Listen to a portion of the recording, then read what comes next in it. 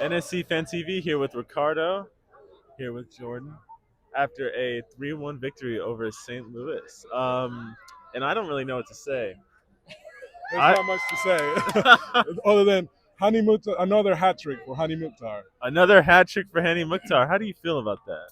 I can't wait for the Argentine Mukhtar to show up in Miami, so we'll see how that goes.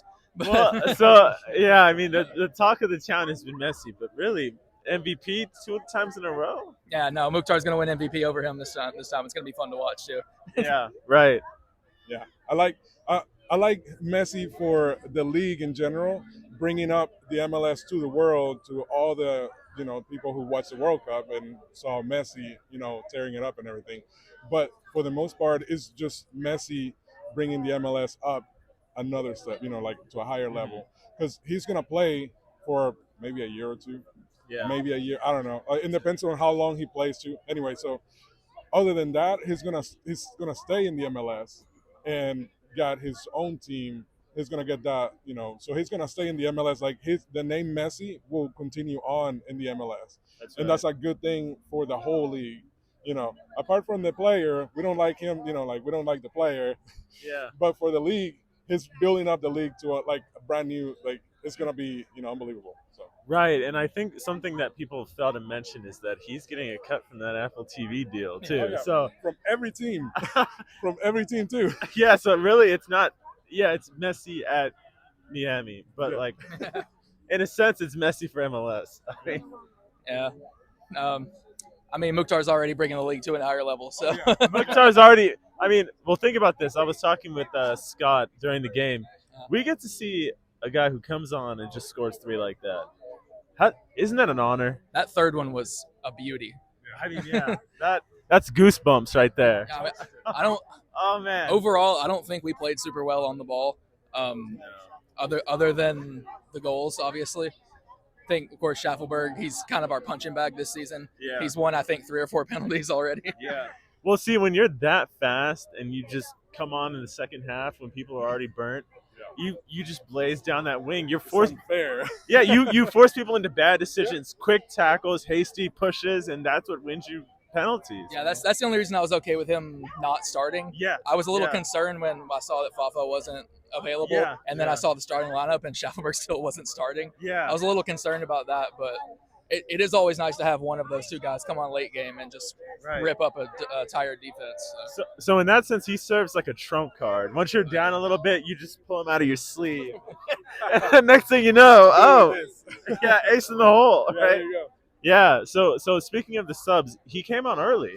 I mean, we're used to seeing him in the 60th, 70th minutes, but we saw him at the half.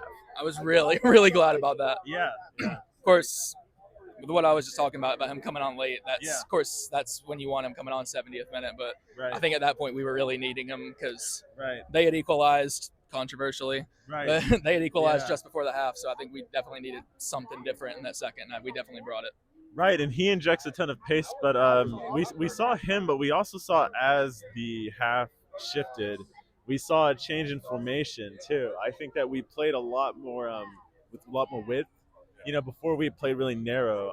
Tell me about what you saw from the first half compared to the second half. Other than that, a lot of it was in the middle. I guess I can tell that that there was everybody was trying to play. Both teams were playing outside. Yeah.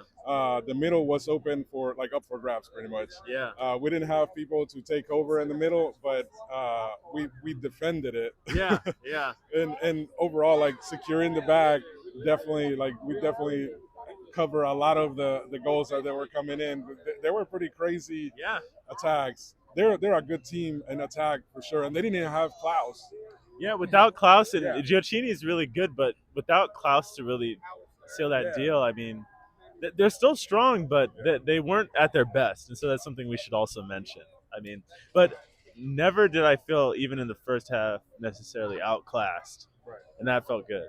Yeah. We were finally, because this is a team that is the first in the conference, the West Conference, so we're dealing with the West first of all, and then the top of the league. Well, not top of the league, but top of the West. Of the West, yeah. So it seems like Nashville is up there, Yeah. And we're not playing to be like equal, because we're usually like equal, like okay, like whoever we play, we're playing equal. Like this was a pretty like battle, like a pretty good battle. Punching up. Yeah. Yeah, it was punching up, and it felt good to come away with the Hany Mukhtar hat trick, 3-1. Let me get some parting thoughts from you guys. Jordan, tell me what you think we needed in that first half. Godoy. Godoy. Godoy. Yeah. Godoy. Now that Godoy. Yeah, Godoy. I would say that. Yeah, that would have helped us win the. I mean, we say that like Godoy is a good midfielder, and I think that he would have helped us keep the middle a little bit more secure. It seemed like it was just a battle back and forth. That's right. I feel like we needed that extra, defending or not defending, middle. The defense was pretty good, the middle.